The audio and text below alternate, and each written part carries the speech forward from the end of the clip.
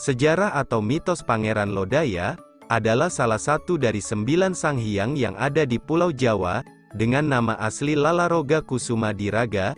Dia memiliki gelar Sanghyang. Dia sejenis makhluk gaib yang memiliki ilmu harimau yang sangat tinggi. Keberadaan Pangeran Lodaya menjadi simbol harimau di Jawa Barat. Sebelum menguasai hutan Sancang, Pangeran Lodaya pernah mendirikan kerajaan di Gunung Patuha yang terletak di Ranca Bali, Ciwidey, Kabupaten Bandung, Jawa Barat. Pada sekitar abad 8 IX, Dewi Maheswari, Nyi Roro Kidul, dari Kerajaan Laut Selatan ingin memperluas wilayahnya ke Pulau Sumatera. Hal ini membuat Kerajaan Laut Merah khawatir jika sampai menguasai Aceh, maka penguasaan Laut Merah menjadi terputus. Kerajaan Laut Merah mengutus Hashim Bahadur untuk menghalau serangan dari Kerajaan Laut Selatan dan membuat kerajaan kecil di daerah ujung kulon.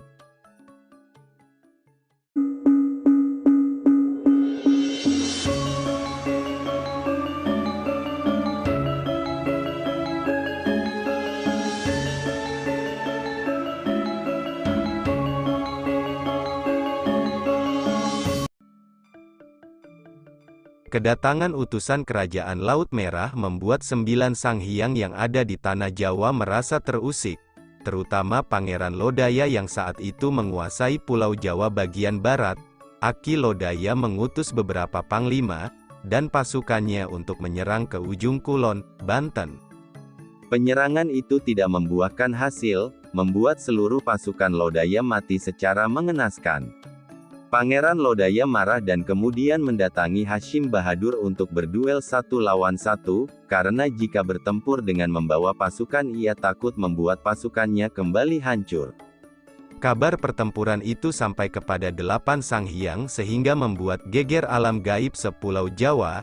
Arena pertempuran tersebut berada di sekitar Pelabuhan Ratu, Sukabumi dengan disaksikan Sanghyang Astadewa, Sanghyang Antari Kusuma, Dewi Maheswari dan Rahyang Jayawisesa yang saat itu masih menjadi bawahan Pangeran Lodaya. Pertempuran pun terjadi antara Pangeran Lodaya dan Hashim Bahadur. Aki Lodaya mengeluarkan seluruh ilmu dan pusakanya agar dapat membunuh utusan Kerajaan Laut Merah, tapi apa daya tidak ada satupun yang dapat menyentuh Hashim Bahadur. Hashim Bahadur membaca ayat-ayat Al-Quran membuat tubuhnya bercahaya, hingga semua yang ada di sana tidak sanggup untuk melihatnya. Diambillah sebuah ranting kemudian dia pukulkan ranting tersebut ke Aki Lodaya sebanyak 7 kali yang membuat Pangeran Lodaya menjerit kesakitan hingga terjatuh dan mengakui kekalahannya. Pertempuran berakhir, Aki Lodaya dengan tubuh yang terluka dibawa Jayawisesa ke keratonya yang ada di Gunung Patuha. Di sana dia dirawat oleh Jayawisesa dan 7 batari. Luka yang diterima Pangeran Lodaya sangat parah sehingga butuh bertahun-tahun untuk penyembuhannya. Setelah sembuh banyak sekali perubahan yang terjadi pada Pangeran Lodaya, dia terlihat sering diam dan melamun seperti banyak yang dipikirkannya. Tanpa sepengetahuan 8 Sanghyang, Aki Lodaya pergi ke ujung kulon. Dia di sana bertemu dengan Hashim Bahadur untuk menanyakan ilmu apa yang membuat dirinya tak berdaya. Singkat cerita, Pangeran Lodaya tertarik dengan ajaran Islam. Pangeran Lodaya kemudian berkelana hingga ke negeri seberang ditemani Rahyang Jayawisesa.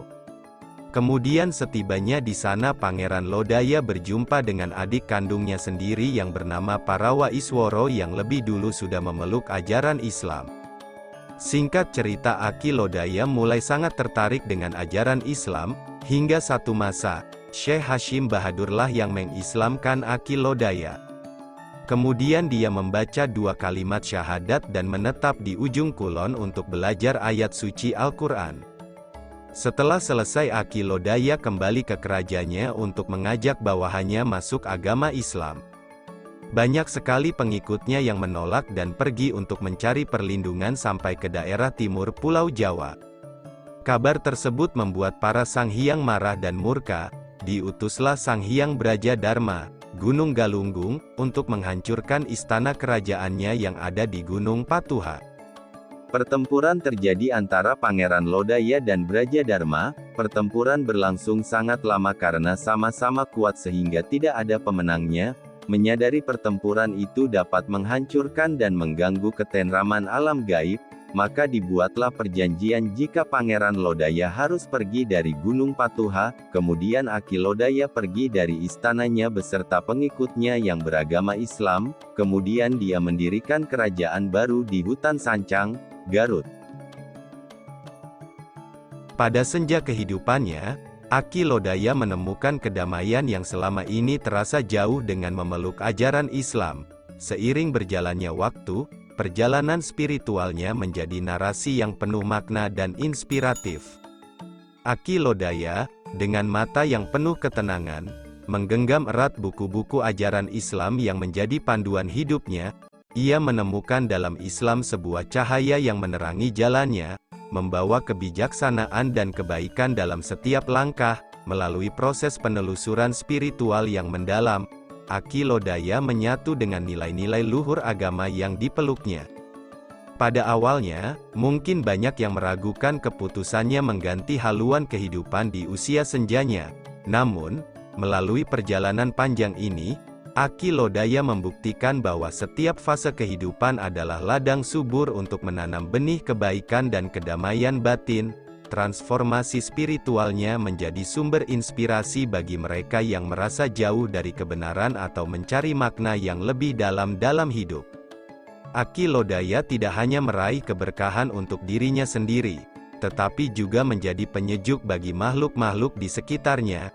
Dalam pelukan iman, ia menemukan kekuatan untuk memberikan kasih sayang, kebijaksanaan, dan perdamaian kepada siapapun yang bersentuhan dengan kehadirannya. Sebagai penutup, kisah Aki Lodaya mengajarkan bahwa tidak ada batasan waktu untuk mencari kebenaran dan menemukan arti hidup yang sejati.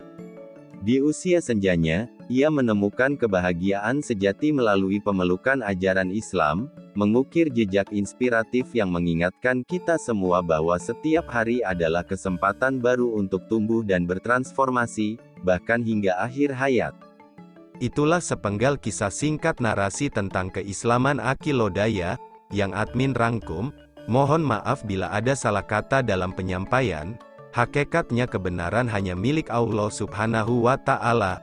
Kesalahan mutlak ada pada setiap makhluknya. Terima kasih. Salam Rahayu, Rahayu, Rahayu.